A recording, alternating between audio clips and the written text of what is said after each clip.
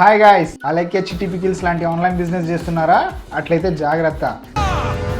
New financial year start అయిపోయింది. చాలామంది కొత్త బిజినెస్ స్టార్ట్ చేయాలనుకుంటారు. బిజినెస్ స్టార్ట్ చేయాలంటే కొన్ని రిజిస్ట్రేషన్ డాక్యుమెంట్స్ అవసరం. జిఎస్టీ రిజిస్ట్రేషన్ గురించి మనం ఈరోజు మాట్లాడుకుందాం. జిఎస్టీ రిజిస్ట్రేషన్ అనేది ప్రతి ఒక్కరికి మ్యాండేటరీ కాదండి. ఒక ప్రిస్క్రైబ్డ్ లిమిట్ ఉంటుంది. ఆ లిమిట్ దాటిన వాళ్ళు మాత్రమే జిఎస్టీ మ్యాండేటరీగా తీసుకోవాలి. జిఎస్టీలో గూడ్స్ అండ్ సర్వీసెస్ రెండు ఉంటాయి.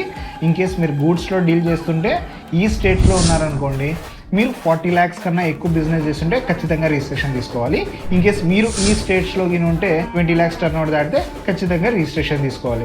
ఇన్ కేస్ మీరు ఇండియాలో ఎక్కడున్నా కూడా సర్వీస్ ప్రొవైడర్ అయితే ఖచ్చితంగా 20 lakhs టర్న్ ఓవర్ దాటిన తర్వాత రిజిస్ట్రేషన్ తీసుకోవాలి. అలాగే చిట్టి పికిల్స్ అమ్మేవాళ్ళు, అమెజాన్లో అమ్మాలనుకునే వాళ్ళు, ఫ్లిప్కార్ట్లో అమ్మాలనుకునే వాళ్ళు, ఇలా ఆన్లైన్లో ఏది సేల్ చేయాలనుకున్నా irrespective of the turn over limit మీరు ఖచ్చితంగా జిఎస్టీ తీసుకోవాలి. ఇంకా ఏమైనా డౌట్స్ ఉంటే కామెంట్ చేయండి, నేను మీకు ఎక్స్ప్లెయిన్ చేస్తాను. మన ఆఫీస్కి వచ్చేయండి. రిజిస్ట్రేషన్ ప్రాసెస్లో ఏదైనా ఇబ్బంది ఉన్నా నేను హెల్ప్ చేస్తాను. Thank you.